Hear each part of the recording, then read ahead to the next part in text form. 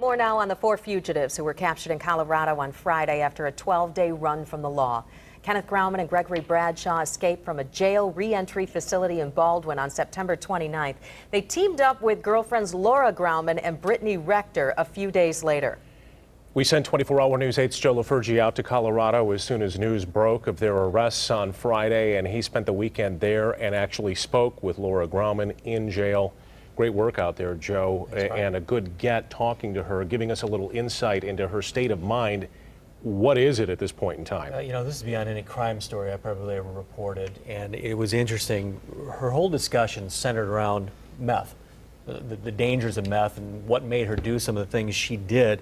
And you kind of walk away with a sense that this drug is, you get a good sense of the power of this drug and what it makes people do. She had told me that the Laura that did this was not Laura. It wasn't her that did this. You know, at the same time, she's taking responsibility for what she's done. She told me during the interview that she'll take whatever jail time or prison time, whatever a court hands down, but she wants to get over this problem. She wants to get through it, and this was her major wake-up call. Why didn't she? There were obviously opportunities for her to leave at that point. Why didn't she leave? I pressed her on that several times, Sue, and the answer kept coming back to that she thought Ken and Greg had enough control that they would actually kill her if she left, she and Brittany.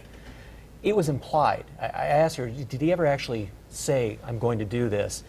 And most of what she told me was it was more of an implied thing, and it goes back, if you talk to the experts, of the control this drug has when you're on it, and the other people that are on it, they maintain a really strange control over you, that and whether they would have done something to these girls had they tried to leave. Obviously they had a chance because they were caught in a car several blocks from the motel they were staying at.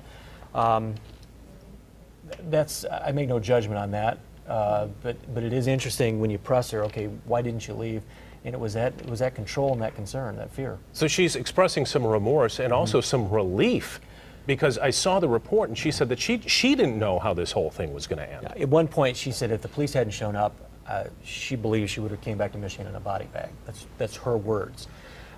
We had talked about how police ended up finding out they were there. There was some speculation that they would go to Colorado because they had friends there, and she finally said that they did have some Facebook friends. She and Greg, former boyfriend and girlfriend, mutual Facebook friends there. They did call them at some point and say, hey, we're on the way. They never heard back from this couple, never heard a word from them, but all of a sudden the police show up, and she speculates that yes, they did call the police. She appreciated that. She says in the end that was what saved her. Joe, real quick, did they have an end plan to this whole thing as they were running across the country? Did they want to get somewhere? Did they think they were going to set up someplace else? That's the other strange part about it. I asked her, I said, why did you, okay, you came here, you had your friends here, her sister knew of it, so is this where you're going to stay? And she said, no, there was no plan after that. They knew it was a nice place. They were going to come there for a while. After that, who knows? Who knew, yeah. So. Fascinating. Joe LaFurgey, thank you.